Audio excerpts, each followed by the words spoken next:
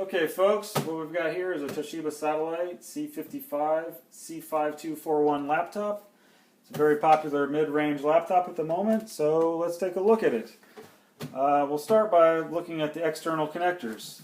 On the right side here we've got an SD card slot for copying pictures off of cameras or whatever else you have that uses an SD card. Here we've got a combined headphone and microphone jack. Right here, the blue one is a USB 3.0 port. You can tell it's USB 3.0 because it's blue. These are about 10 times faster than a normal USB 2.0 port, which is just your standard USB port. These are really good for things like external hard drives. If you like to connect an external drive to do backups, it's going to be a lot faster than a standard USB port. Here we do have a standard USB port. We've got an HDMI port for connecting to things like overhead projectors for doing presentations or connecting to TVs or anything else that's got HDMI. Here we've got a vent for the fan to help keep the laptop cool, although it is pretty cool running in general. Here we've got a cable lock connector, but no one really uses those that I know of. On the back we have nothing, no connectors whatsoever. On the left side we have the power jack. Take a moment, we'll look at the power brick. It's a very small power brick. Lightweight, doesn't really weigh anything. It's got quite a long extension cable for a laptop. Probably about, I don't know, 7 feet or something total. Nothing too crazy. Alright, let's keep going. Over here, next to the power jack, we've got a Ethernet jack for connecting to wired networks, like you would have in an office or a school setting. Typically going to be faster than Wi-Fi, but it is only 100 megabit. This is a 100 base T connector. It's not a gigabit, but still faster than Wi-Fi. Here we have another USB 2.0 port.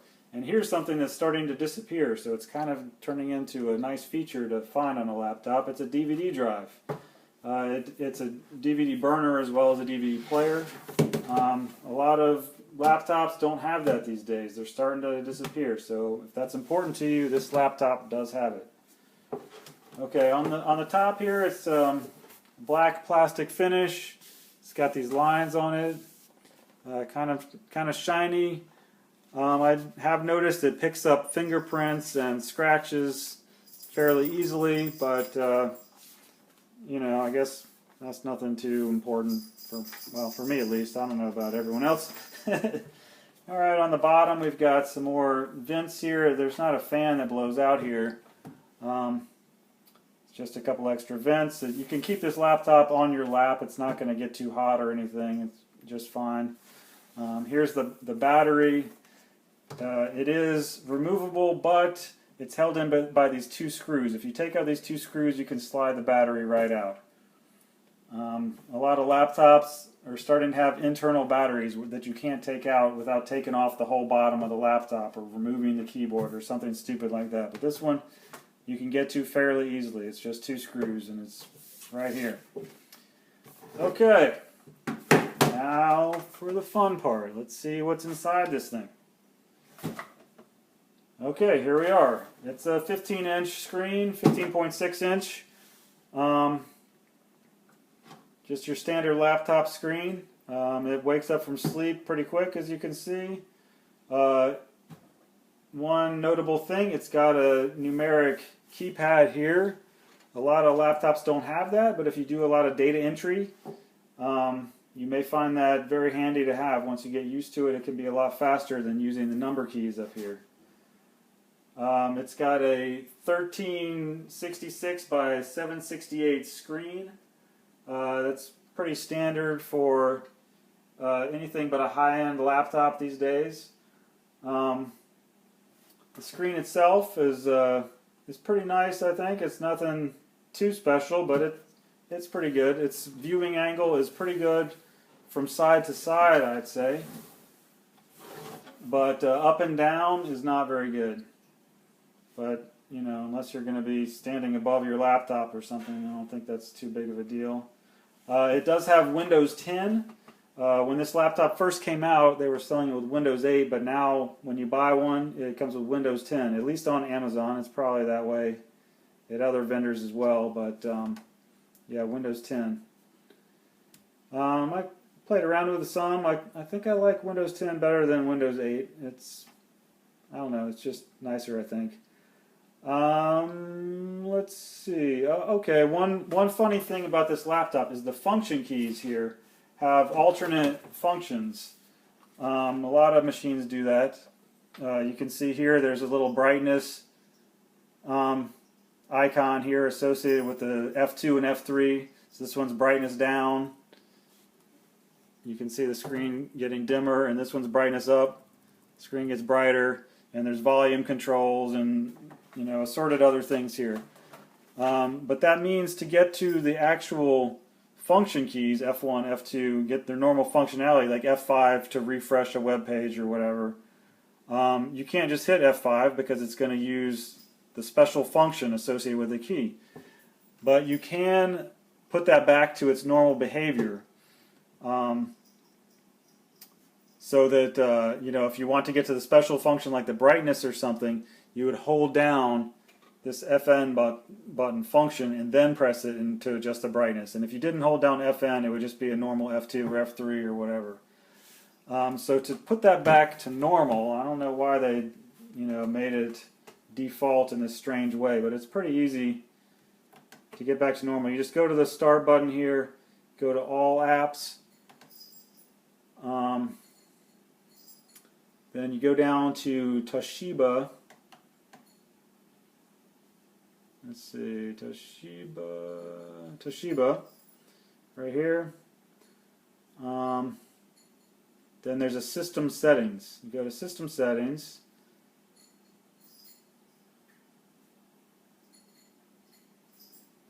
Then there's Function Key, right here, Function Key.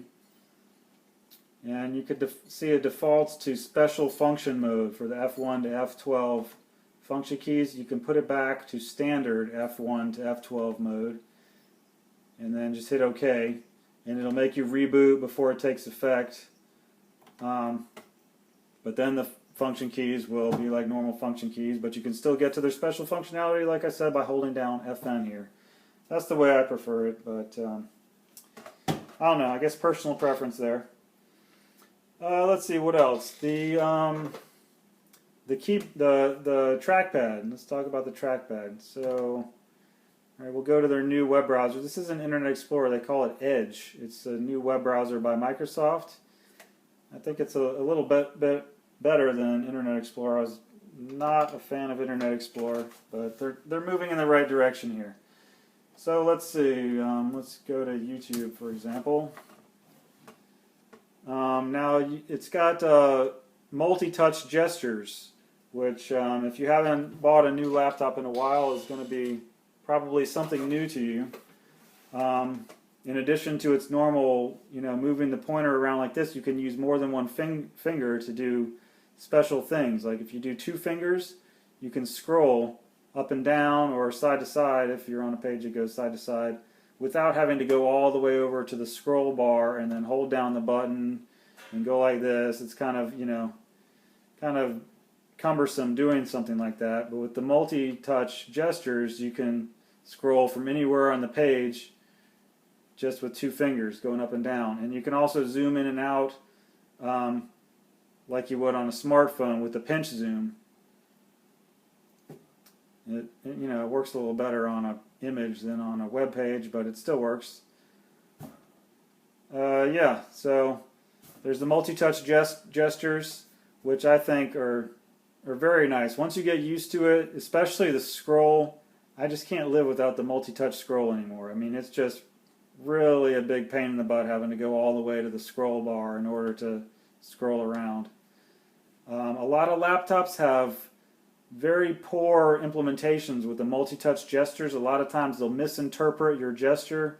Like you do the 2 fingers and it won't recognize it. It'll treat it as 1 finger, or it's just they're always screwing it up. It's a pain. But this one, like, it does misinterpret your gesture occasionally, but it's pretty good, I think. it gets it right almost always, and it works. So that's a nice feature, and it's also a decent sized trackpad. Some of them are small and a pain to get to, or to deal with because they're so tiny.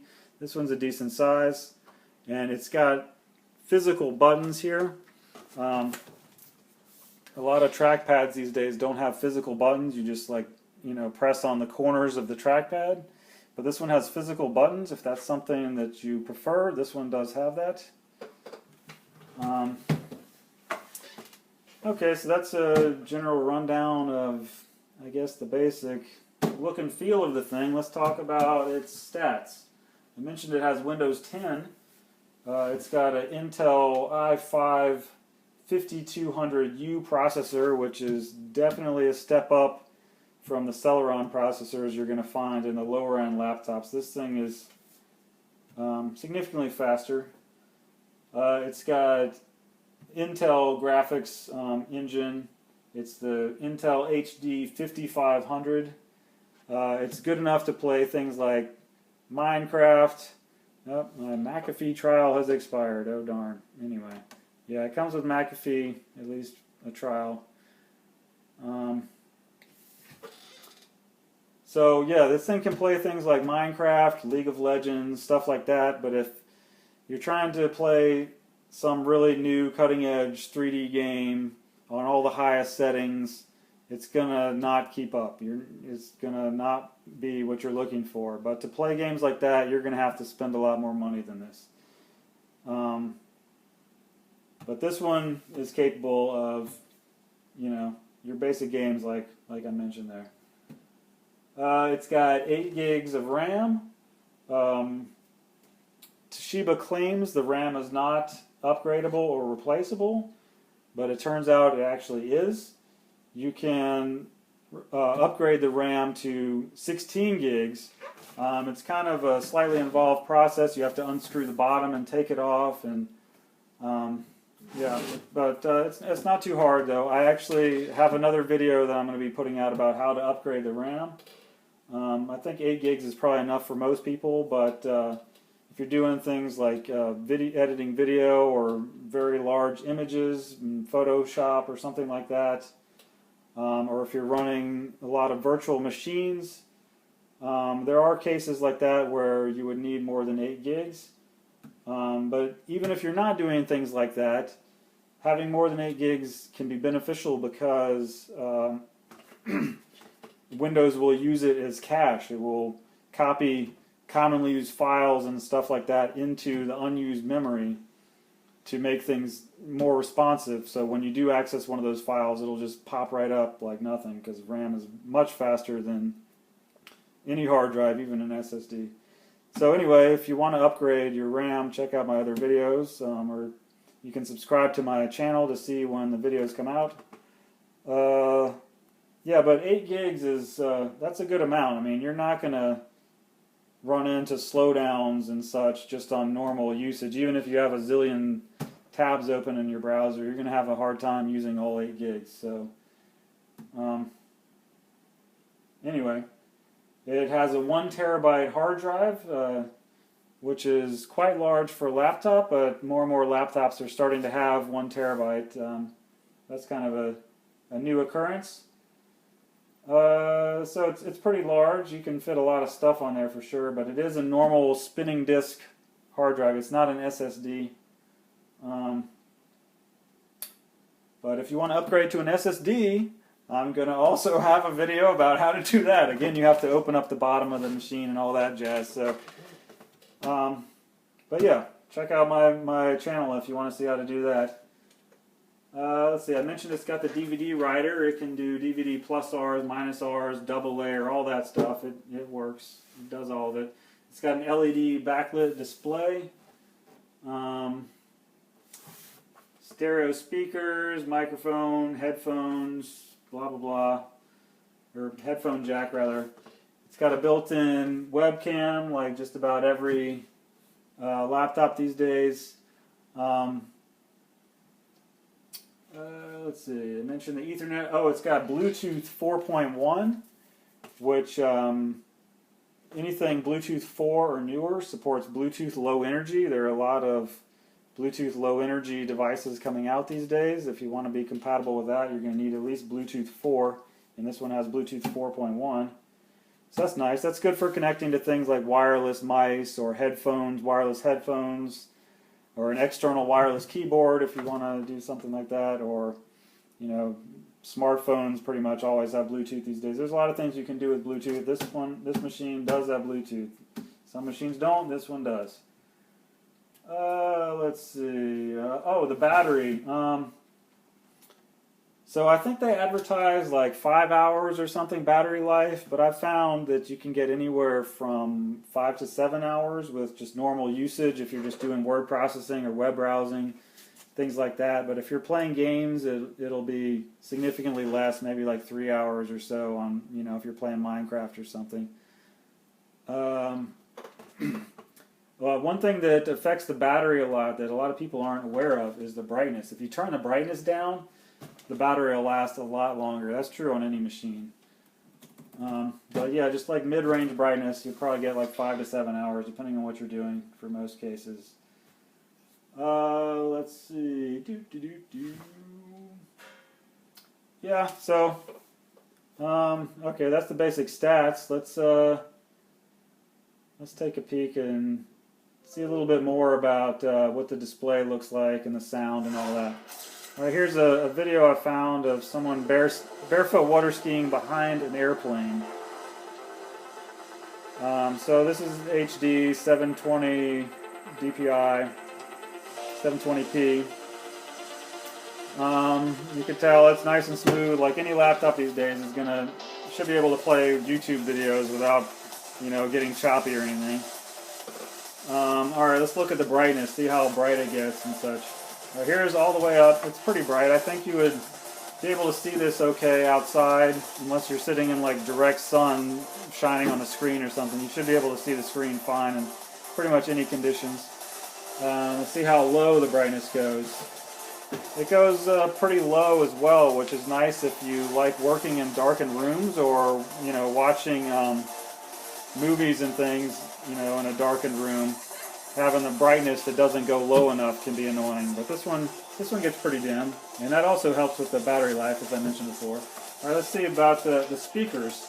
The speakers are up top here. A lot of laptops now, for some reason, are putting the speakers on the bottom, on the front here, which is kind of annoying because if you put the laptop on your lap or like on a blanket or something, if you have it in your bed, it can muffle the sound. But these are up top where they're not going to get blocked by anything under normal circumstances. Alright, let's see how loud it can go.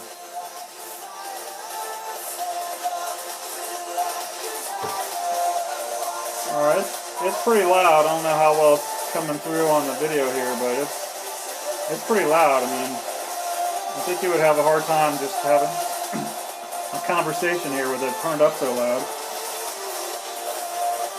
Alright, yeah, so the speakers, they're not like super high quality or anything. They do get a little bit tinny, but you know, most laptop speakers are going to be like that. Okay, what else? I don't know. I guess that's about it. So, yeah. Hope you liked this video, and if you want to see more about this laptop, how to upgrade it, or, you know, if you're interested in learning more about other laptops, you might want to subscribe to my channel. If you're looking to buy this laptop, I'll put a link down below the video in the description to where you can buy this thing or read more about it. Maybe check out some reviews on Amazon.